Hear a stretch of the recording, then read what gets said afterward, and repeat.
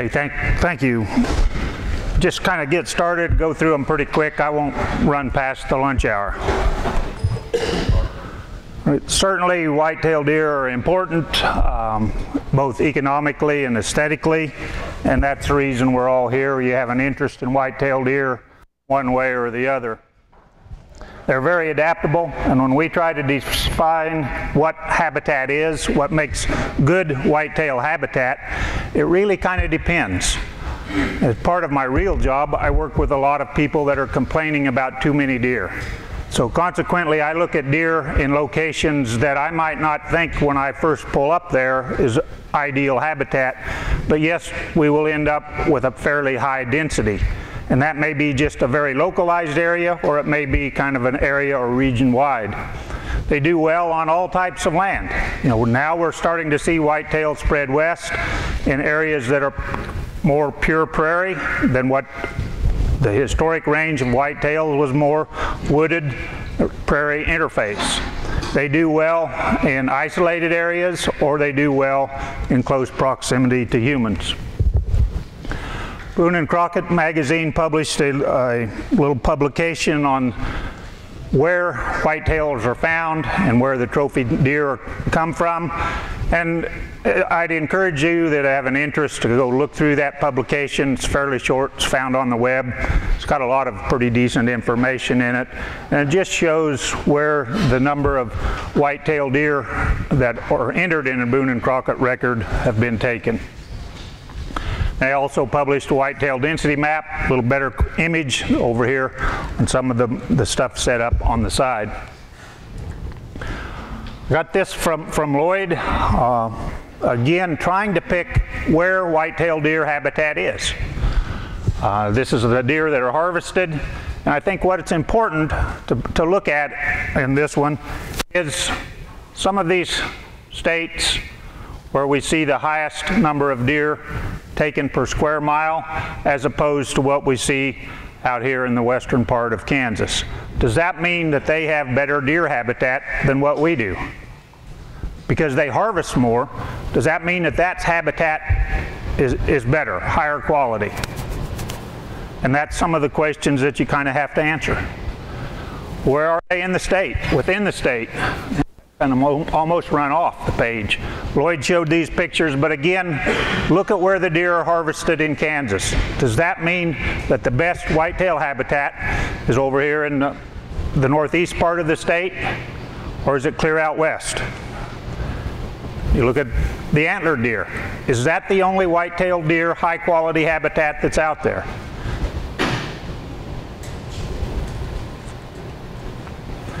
When we look at what scientists have put together, this is from the gap analysis, which is all species, both mammals and herps, birds, where we've recorded specimens that are in museums, and then they put it together with habitat types and tried to define where within the state those specimens came from and what habitat types are found there. You can see that basically we're looking at habitat types almost entirely statewide. You see a few openings in there, and that's probably just because we've not collected samples and have museum specimens for those particular areas. But you can see this, the gap analysis basically says whitetail deer habitat is statewide. But there's all sorts of variances of what makes whitetail deer habitat.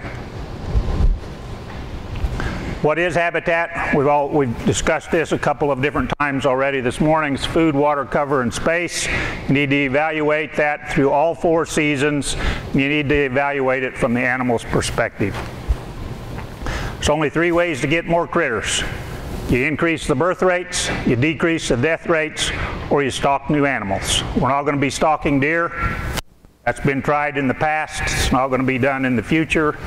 It's not going to be done now. So which of those do you want to try to approach? You want to increase birth rates? That's one method. Or do you want to decrease death rates, work on the mortality factors, or a combination of those two? You've got to provide adequate food to produce young. You got to provide cover to protect those animals from predators. You got to have that cover, and cover is in lots of different types, a lot of different needs throughout that animal's lifespan, whether it's severe weather. In most cases, you're going to need extra food during severe weather events, and you're going to need space, area, primarily for species like deer that establish territories for feeding and breeding. Then once you know what those cover types are and what you have out there, you need to determine what the limiting factors. These are all of the things that are going to reduce deer numbers. You know what the potential is, but then you just subtract all the mortality factors and end up with an actual carrying capacity. And then the last one that I wanted to talk a little bit about is the term interspersion. And that's simply defined as the number, I guess it would be a combination of diversity and diversity points within that particular area of space. And this little graphic, it shows that we have 4 different cover types. We can have same area of cover types graphic, but smaller fields, you have more diversity, you have more interspersion of those cover types, you end up with more edge, and you end up with most species of wildlife like that higher diversity and higher interspersion index. So those habitat types are certainly in different quantities and different qualities of food, cover, and water. We need to define what's good habitat and what and how much a deer is going to eat, since most of the time when we're focusing on habitat as management, we're trying to focus on food resources. This is an image of what many people would say is pretty urban. This is Shawnee Mission Park, Kansas City, fairly high deer density area. Lloyd, was this 200 per square mile? 200 per square mile. Pretty high deer density. This is another area that Lloyd and I had the privilege of visiting this summer. I don't know what the deer density is there. The landowner said he'd count 170 deer. Does this look like the same quality of white-tailed deer habitat as this one? Looks quite different. I don't think he was exaggerating too much. Certainly a lot of deer were utilizing this particular area. But if I just looked at that, if I just drove by, I wouldn't say that's ideal deer habitat, but the densities were fairly similar. What's so special about that particular spot that sucked the whitetail in there when you look at a spot like this, which is largely an isolated area and surrounded by urban and suburbia? So how would you evaluate the habitat types in those locations? And those are center pivot fields of corn with a, I'd call it a perennial stream that goes through. Although this year most of the time it was dry. Almost all crop field, very little permanent vegetation. So what do deer eat? Browse, forbs, and grasses. As an animal scientist, we would think that we would know a lot about deer and deer nutrition, but we really pale in our abilities to define the nutritional requirements for deer compared to what we have for livestock. We know the nutritional requirements for livestock down to very specific amino acids. For deer, we only know them in very broad categories. And there's actually very little research that's done specifically on those nutritional requirements. But some of the studies that are done, although they're dated, are pretty interesting.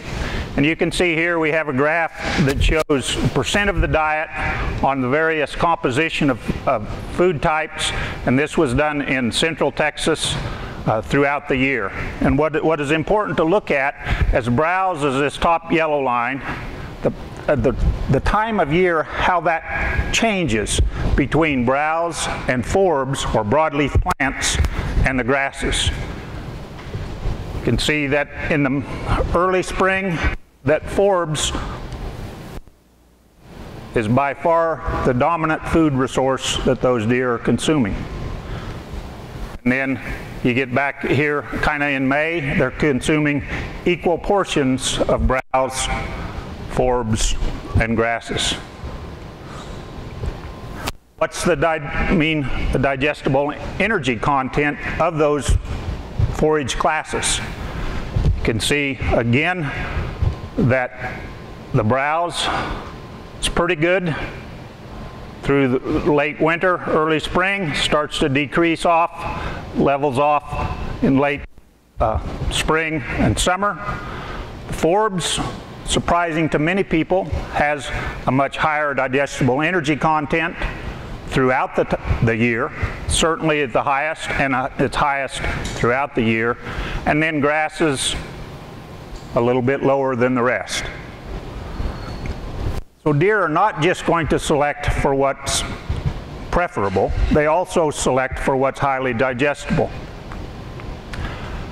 And what is those plants that are out there that they're consuming? What's the energy level that's required for maintenance? What's required for that deer just to meet daily body needs? And somewhere in there we're looking at dietary digestible energy of about 2.7 kilograms per gram, and most of the time that diet of those deer is above that maintenance level. It drops down in midsummer. Keep in mind this is in central Texas.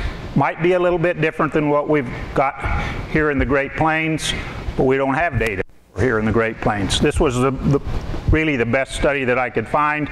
So most of the time the diet of those deer is exceeded to what's necessary. This is without supplemental forages. Well, what about crude protein? Dale did a good job talking about the food plots and energy and crude protein.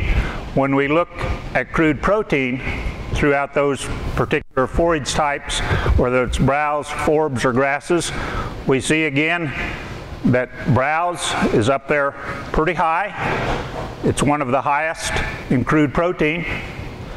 We look at forbs, again, pretty high. Remember, forbs was highest in energy. It's also almost the highest in crude protein. And again, we see that grasses are the lowest.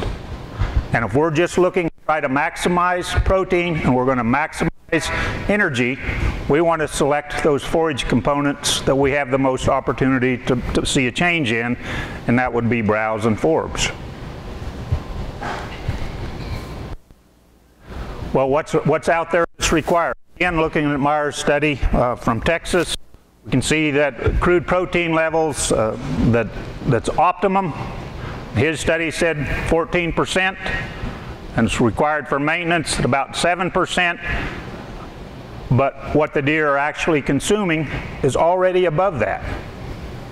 It's already above what's required for optimum levels or what's required for daily maintenance. So to me, that sheds a little bit of doubt on the value of supplementation. If the deer diets are typically already above the optimum and above the maximum that's required for maintenance, does supplementation really provide a lot of extra benefits? Another slide looking at some of the forages that are already out there that perhaps have the opportunity to be consumed by deer. We don't have a lot of good data, as I mentioned, on wild deer, but we have some on captive herds and some farm deer situations. And you can see, again, looking at digestible dry matter, you can see that warm season perennial grasses, what's necessary for a non-lactating doe or a lactating doe or a growing weaned buck, different levels. But what's important to look at is that almost all of these ranges exceed the digestible requirements. So again, most of the forage that's out there in an agricultural community meets the needs, nutritional needs for deer. Food plots or not, make the hunting easier, probably concentrates deer, but probably doesn't make more deer. It only helps if the nutritional forage is not normally available, and years like this, or years with extreme weather events in the winter probably would illustrate that those supplemental plots are available. And Kansas certainly has a high quality of foodstuffs that's out there in lots of different areas, whether it's an urban type situation where they're feeding primarily on browse, forbs, or in a rural landscape that's dominated by grasslands. Well, how much does a deer eat, and what times of the year is that amount of forage available? Typically, we would say that a herbivore is going to consume about 3.5% of their body weight in dry matter a day. So a doe of 100 pounds is going to eat 3.5 pounds of forage that's dry matter, or 6 to 10 pounds of forage that's commonly available before you subtract out the moisture. So that's 1.5 tons a year. That's certainly a fairly large amount. They feed on thousands of different food items. They feed often on what's available that's there. They're adaptable. The food is generally accepted and selected according to availability, the nutritional value, and palatability. And the food that is preferred certainly varies from location to location. If I had to select one food that I see deer consume most frequently across, at least from the eastern half of Kansas, I'd say it's Japanese honeysuckle. And what makes Japanese honeysuckle seem to be preferred? What's the one thing that you see in the woods in January that still has leaves on it? Japanese honeysuckle. It's the last one to drop the leaves, still stays green. When everything else is dropped, that's the forage that I seem to see deer feeding on most of the time. Remember, it's a browse. It's pretty high in digestible energy. It's pretty high in crude protein, and that's what deer are going to be selecting for. The diet varies depending upon the range.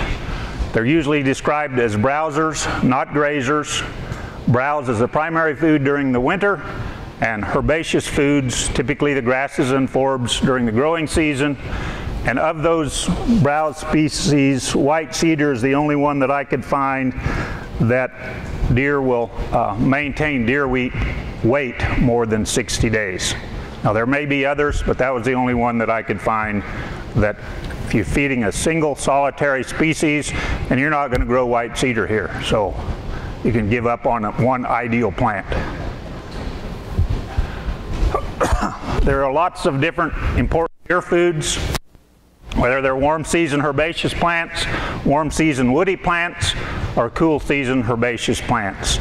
And of those thousands of species that are out there and varieties, I don't know if I could give you a list. There's been a lot of people that tried to develop a list, and I have a list of preferred species and species that deer rarely consume and seldom consume. That's usually more in ornamental type plantings that I try to provide from people that want to plant something to keep deer from destroying their plantings rather than try to attract them into an area. Keep in mind that most of the time the deer are out there in conjunction with other species, with other livestock. There's almost 100% overlap with deer and sheep and goats. The cattle are a little less competitive, but there's still a very consistent overlap between the dietary needs of deer and what there are for cattle. The animal unit months on the Edwards Plateau of Texas, they recommend or state about 5 sheep or 6 goats or 6 deer is equal to 1 cow. The King Ranch further south in Texas says about 13 deer are going to consume the same amount of forage as one cow. So there can be some competition, but most of the time when I visit with ranchers across the state, they're usually not worried about the competition in native range, but they are more concerned about competition in planted forages or in ag crops that are sold as a commodity crop. So stocking rate is the key to influence that composition, the quantity, and the nutritive value of the forage that's out there. Consider deer another herbivore, another grazer, and manage them in conjunction with your livestock at any one point in time. The rest of this I wanted to go over a publication developed at Oklahoma State by Billy Teals and Ron Masters, and since been modified numerous times. I think Terry Bidwell and Dwayne Elmore have this edition, and it's probably the best one that I've seen, at least for this part of Kansas, as far as an evaluation guide. And I do have some of those guides, and I'll put them out here after or during lunch, and you can pick one up if you want. It's a pretty good document. It's not the only one. There's one for Missouri, there's one for Montana. There's lots of different whitetail habitat evaluation guides out there, where you try to look at a piece of property very critically and determine which one of those habitat components is missing, and then not only which one is missing, but what can you do to try to replace that component or increase that limiting factor so that it's no longer limiting that population growth. The procedures going through that evaluation are outlined in the publication fairly carefully, but first it must be practical. Not every site in Kansas is suitable whitetail deer habitat. Now, to take it to the extreme, I may want to grow polar bears, but that's not very dang practical in Kansas. You know, if I spend enough money, I might be able to get it done, but it's not practical.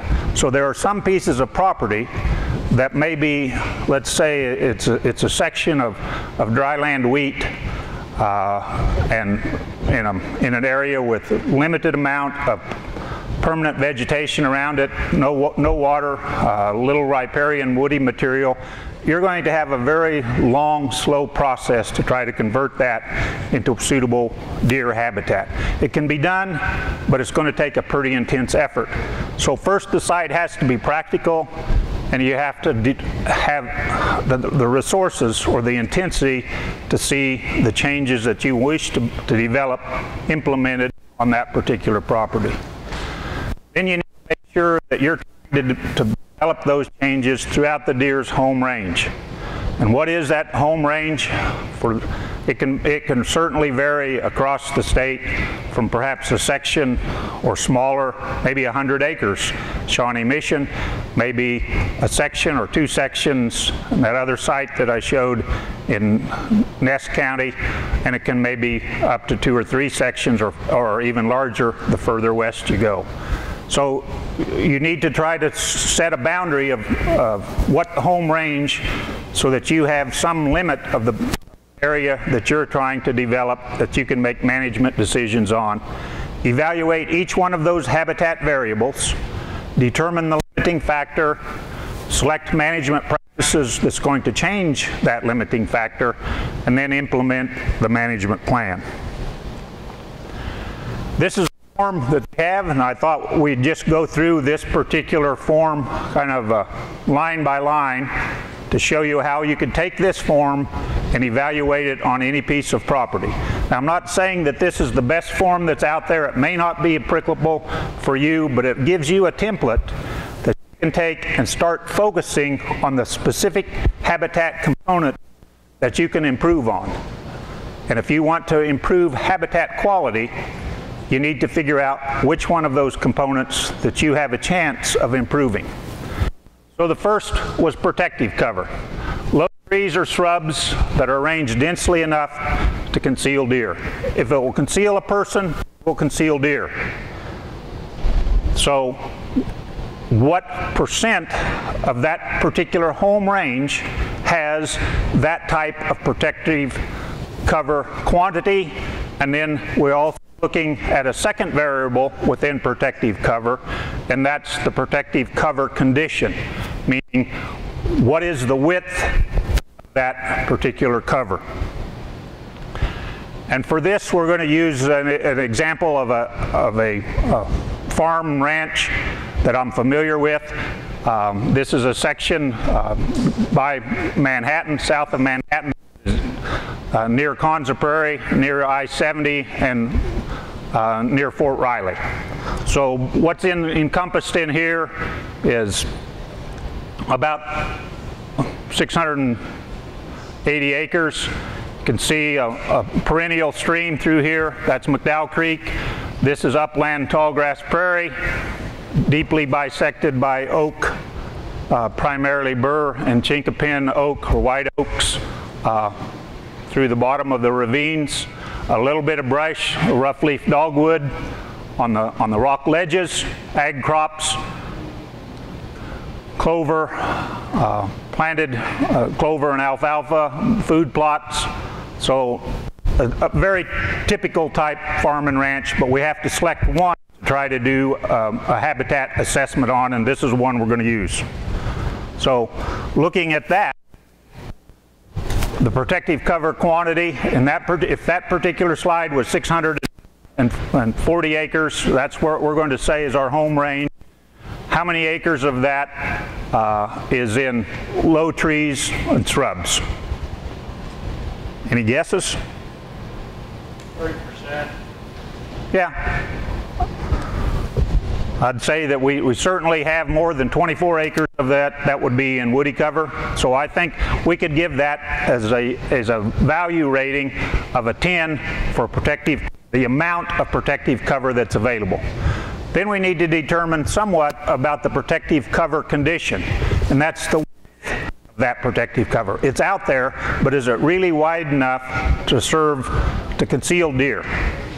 Again, go back and look at it. Since a lot of that is in an area that's grazed, moderately grazed, but I'd still grazed. A lot of it's fairly linear in need. I wouldn't give it the highest rating in that category. There are certainly some areas that's fairly thick, maybe 100 to 200 yards wide, but there's a lot of area there that's encompassed by low trees and shrubs that's not very wide. So if we look at that, well, I went the wrong way.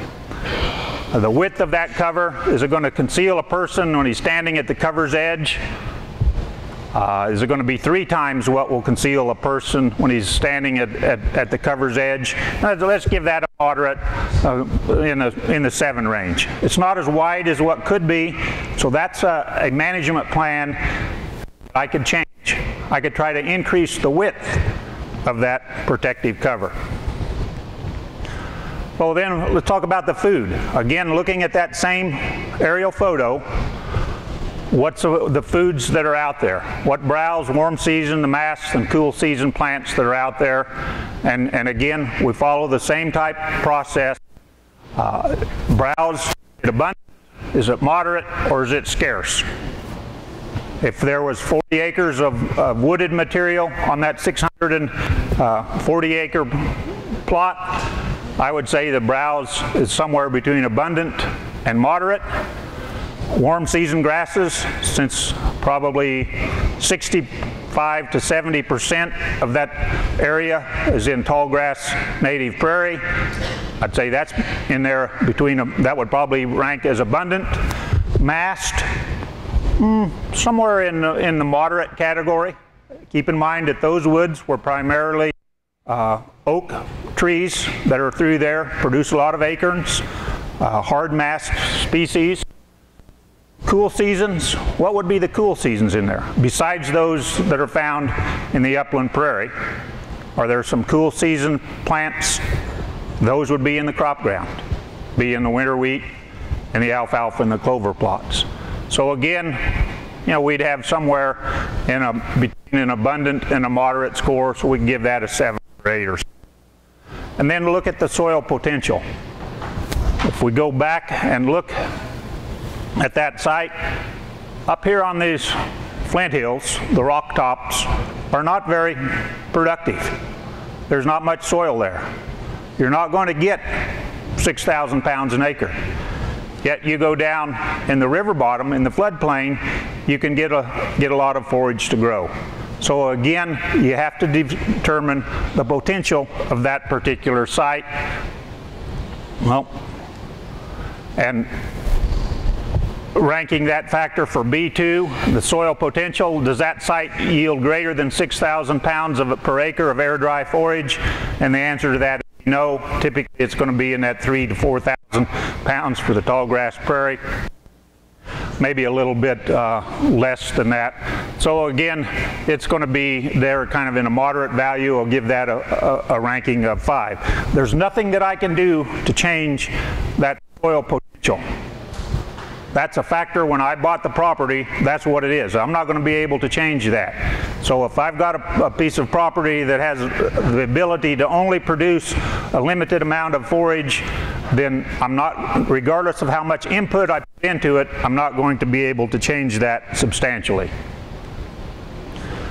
Well, then carrying it on and looking at those factors one by one, what about the light intensity? Now those woodlands are important as cover, but they're also important as producing food. But in order to produce food, light has to penetrate through that tree canopy to get browse, vines, stuff to grow underneath. If it's more than about 4.5 feet tall, deer are not going to be utilizing it for feed. Now occasionally you'll see them stand on their hind legs and feed a little bit higher than that. But keep in mind, 4.5 feet is within the browse area of a deer. And in order to get forage to grow underneath there, you have to have sunlight penetrate. So and what factor B3 does is look at that canopy cover, the percent of that canopy cover. Keep in mind, in this particular site where it's been grazed by livestock historically, it's not as wide, it is more wide open in some locations, so you're getting sunlight to penetrate, but you've also got that competition with livestock through there. So you have to look into the areas that are along the creek that are not grazed, where you see that they're fairly narrow strips, and you're still going to get some penetration in those particular areas. So in that one, again, it'd probably be a moderate value. What could I change that? Could I? And the answer is yes. And Lloyd talked about it, and I think Dale talked about it. Timber stand improvement. You can thin that out so that sunlight can penetrate in those woodland areas so that you can get some forage to grow in there. Food diversity, category B4. Are each of those 5 elements, warm season forage, hard mast, soft mast, browse, and cool season forages, are those available on that particular farm, or those available on yours? Again, you just have to determine what's present on that particular site and assign it a value. And in this one, they're all available. I'm going to give the food diversity pretty good on that particular site, so that's going to rank pretty high. The food use by livestock or deer, category B5, again, plants that are less than 4.5 feet tall. Is it light, medium, or heavy use? And that really varies depending on your stalking intensity. And that particular site is moderately grazed to lightly. Income from that particular site, it's more of a recreational property. So again, I'd say that's in the medium to high value for the food use, both by livestock and deer. Water was certainly available on that site. Deer require water. They don't for digestion, metabolism, to reduce body temperatures, and to remove metabolic body waste. But it doesn't have to be every day. Studies that have looked at the amount of water a deer is going to consume really varies depending upon what location in the U.S. the study was done. And if you'd have to average, it's about 1.5 quarts a day. Not a tremendous amount, but there is an amount. Most of it is coming from forage that they're consuming. But it must be there, and it must be persistent. In times like the last couple of years, you're going to see deer move those local home ranges to areas where that water was persistent. Because when everything's dry, then that demand for water is increased, and that's a more of a valuable habitat component than it is in times of years when it's pretty green everywhere. So what's the persistence of water? That's a perennial stream. Water is available. Even as dry as it's been this year, the stream still runs. Springs basically have just slowed to a very trickle. The ponds are dry, but the stream and the springs are still running. So again, I'd say that that's fairly high. We need to develop additional water resources on that particular plot in order to benefit deer. Well, what about interspersion? That one that's kind of hard to define exactly what interspersion is. Are all of those habitat elements within an eighth of a mile at any one point within the home range? That's the highest number of points. Or does it take a mile and a half to find all of those habitat elements? So again, you look at it, if that's a 1 square mile area, most of those habitat components are within that 1 square mile, within that home range. So I would say, again, that would be a fairly high value, up there close to 10. The habitat proportions, factor D2, is it greater than 70% of the home range in a woodland? No, that wouldn't be the case in that particular. Is it 40 to 70% that's in a woodland or shrubland type? That would seem to be, at least in the Oklahoma State evaluation, what they call a fairly preferred habitat type. Maybe a little bit higher woodland component than what I would develop, but that's in their publication. And somewhere in there, mine's probably going to be into that mid-20s% woods and shrubs. So again, that would be a fairly, that would be one of the lower ones on habitat proportions. So it'd be, say, 2 to 4. Then you put all of those values down in the limiting factor table, and it, in this particular publication, lists the management practices out here to the side that you can implement to try to increase that habitat evaluation score. These are the things that you need to work on to improve the habitat quality of that particular site.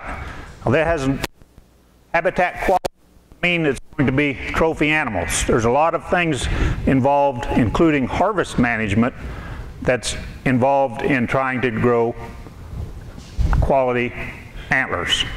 But if you're talking about habitat, that's looking at deer numbers, not necessarily the highest quality deer numbers.